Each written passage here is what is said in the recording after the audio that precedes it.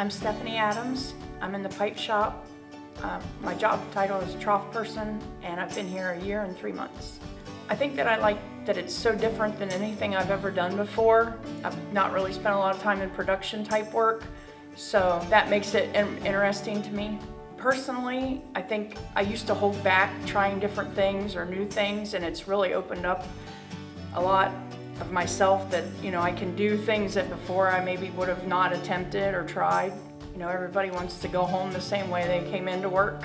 So just being aware and knowing what's going on around you is definitely important in my job. I had actually spent 13 years in healthcare and then decided I wanted to do something else, moved on to another job, and it was just a seasonal position. Decided maybe I should get something long-term. Wasn't sure what I wanted to do. Put my application in at McWane and was hired, and that's been good ever since.